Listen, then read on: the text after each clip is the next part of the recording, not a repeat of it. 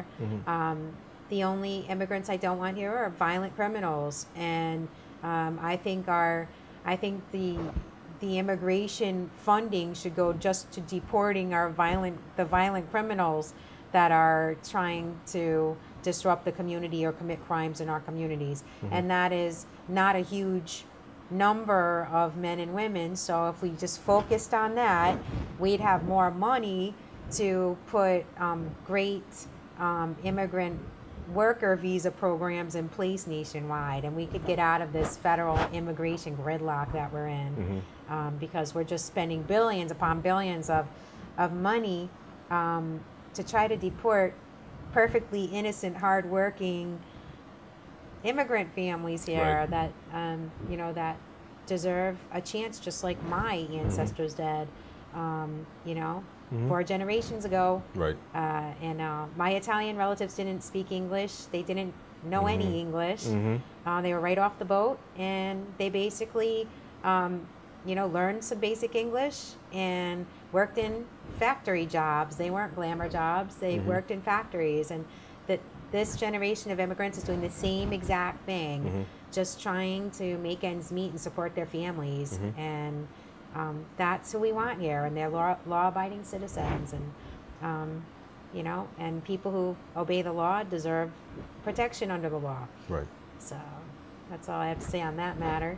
But in basic other revenue generation ideas, such as, even though I'm not pro gambling at all, I would like education directed and dedicated funding from the slot machines and the 1 or 2 casinos that go up in our state.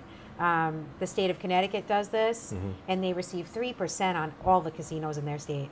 3% of the income. It's a huge amount of money in casino terms. So if we can do that in Maryland, that would be fantastic, and that would be such a huge benefit to our general fund. I'm sure that $2 billion deficit would disappear rather quickly. And other things that we can do, I'd like to pursue the alcohol tax again, and make sure that within that legislation, we're going to be putting that money from the alcohol tax into education, public safety, and the human services programs that are being slashed right now. Because our most vulnerable populations deserve support from their communities, and we need to offer that at the state level. And basic common sense things like raising the Chesapeake Bay Bridge toll for tourist, going after the tourist dollars, so that someone from out of state might have to pay $3 or $4 compared to the $2.50 that state residents pay. Just common sense solutions like that to help bring up revenue. Very small increases on things that are already there and aren't punitive, going after tourism dollars, having a fee, a higher fee perhaps, a small fee on rental cars, hotel rooms, things like this that are really important. This is a very popular area of the country because of the nation's capital. We need to capture all of the tourism dollars that we can, and then we can go ahead and use some of that money to go toward programs that are being slashed, such as Save the Bay, the Chesapeake Bay program, trying to clean up the bay. Perhaps the bridge toll could go toward that in working to clean the bay up. These are important issues, and these are important programs that are vital for the state's economic survival. So we cannot slash them any further. We have to continue to rebuild from this recession using good common sense, and I have a lot of fresh perspective and new ideas, and the reason why is because I've had exposure to great policy, great advocacy, and basically laws that work, state laws that work. And so I know what works, and I just want to apply the things that work to our legislation in Annapolis and the House of Delegates. In the state of Maryland, we have schools in the bottom 10 in the nation when it comes to our education, but we also have schools in the top 10 in the nation when it comes to our education. What do we need to do to fix this gap that we have? Well, to have more equitable education funding across the board, it's going to take actually at the state level funding teacher recruitment programs and going after dollars that are already out there in grants and foundations. I already mentioned Bill and Melinda Gates. They fund a lot of programs to get teachers, the best in the entire nation, to teach in rural areas and urban areas that need better teachers or need, top performing teachers. Right. There's a great program nationwide called Teach for America, and I've actually been exposed to that program as well. I've worked with teachers in the inner city that had completed the Teach for America program or who were completing it.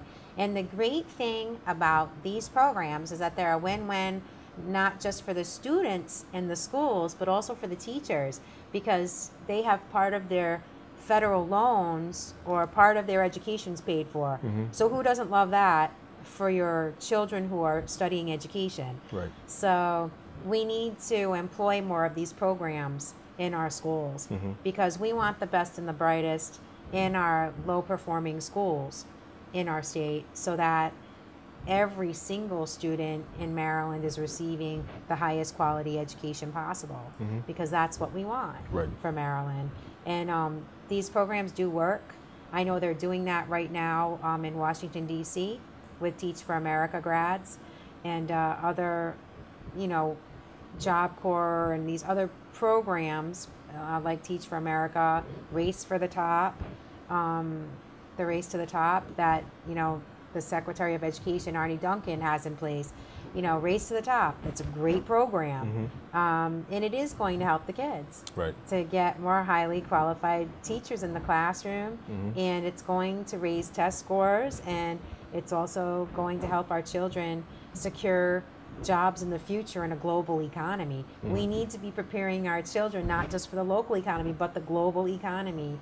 And, in the biosciences, the sciences, high-tech fields, so that our children are really ready upon graduation to go after the jobs of tomorrow.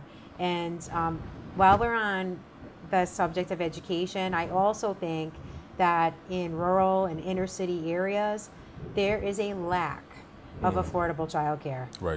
Across the board, I would like to see universal pre-K for Maryland, actually the entire nation. This way, you do not have to be well-heeled or, have a ton of money or what have you to send your children to preschool when you know preschool is the best way to have your child prepared for kindergarten. And I think all parents should have access to a great preschool for their children, for their child. It just has to happen, and the sooner the better. So I'll be working on universal pre-K for Maryland when I'm elected. I think it's crucial. It's absolutely crucial. We have middle-income moms and dads that cannot afford pre-K, and we really need to make sure that our child care system is including a pre-K curriculum at every child care in the state. So whether it's private at-home care or state-funded, publicly funded care, or even religiously funded pre-K, we need to make sure that the curriculum it's a universal curriculum. The nitty-gritty of the curriculum is universal, state-approved, and meets the state standards for pre-K. And that way we can make sure that every child, no matter where they're going to preschool, is getting that foundation in education for kindergarten. It's just really important. And so that's what I believe. I believe all children, regardless of their parents' income level, should have access to preschool. Now that America is going green, what are some of your ideas to get some of the local citizens involved with the environment? I think we need a nickel law to reimburse citizens and encourage recycling of aluminum cans and in bottles, things like that, to encourage that. I also think that we need more clean energy. So I think that we need more credits for people who actually install solar panels. I think there needs to be more of a reward involved as far as an incentive for putting the solar and the wind energy in your home, at your private residence. Right. And I also think that we need to have more wind energy production on the eastern shore. I think that really needs to happen. A lot of other states are doing this, and it drastically brings down the cost of electricity for residents, and that's what we want. We really, really want Marylanders to have less of a burden with utility costs. So I think that's really, really important. Okay. Well, Ms. Wibeto, it has been a pleasure to meet you today. Thank you. Same here, Fosi. All right. Thank you so much. Not a problem. And for all her information, please visit her website at larawibeto.com. And for more information, please visit our website at onthehillmedia.com.